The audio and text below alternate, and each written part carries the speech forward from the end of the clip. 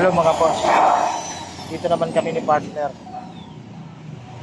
Ayan po. Papalitan namin yung gutter dito mga boss. Ayan. Papalitan namin yung gutter kasi sira-sira na kapunta ron. Mga parang bahay na to mga boss. Ano. Yang binibenta ko ito.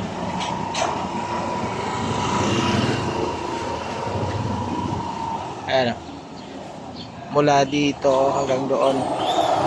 Binibenta po yan ng 7.2. Ano po? Palitan namin yung gutter ngayon para ano, kasi mga sira na yun. Hanggang doon paikot po yan mga boss. Tingnan natin. Ay, sira na. Palitan namin yung gutter na yan. Ayan po, yung binibenta po na to mga boss. Itong bahay na to. 7.2. Kompleto lahat yan. May titulo, may 4 na kontador para sa kuryente. Hanggang dyan po. Yan. May nawasa yan. Kompleto po. Nakaabang na po yan kahit na 4 na palapag. Nasa gitna yung mga bakal yan. Yung mga bakal na po yan maayos. Ano po? Kaya sa mga gusto dyan, paupahan. 4 na pinto. Ano po? Nakita ko po sa inyo yung nasira. Wait lang ah. Ayan. Pero kanya hindi naman.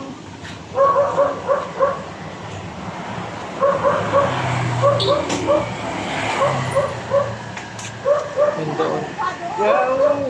Sira po yan. Ano po?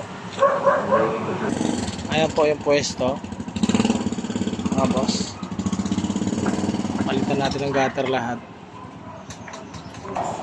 Ayan. Baka gusto nyo po mga boss. Pwede pa pilahan ng tricycle. Wala ka ng problema sa pagsakay. Po, may pilahan dito. Mayroon ding kantin. Pilahan ng tricycle dito. Kaya yung mga gustong umupa walang problema. So, ayan o. Mura lang yan mga boss. Kasi partner dalawa lang po kami ngayon dito. Kasi gather naman kagad. Maka 2 araw lang ito.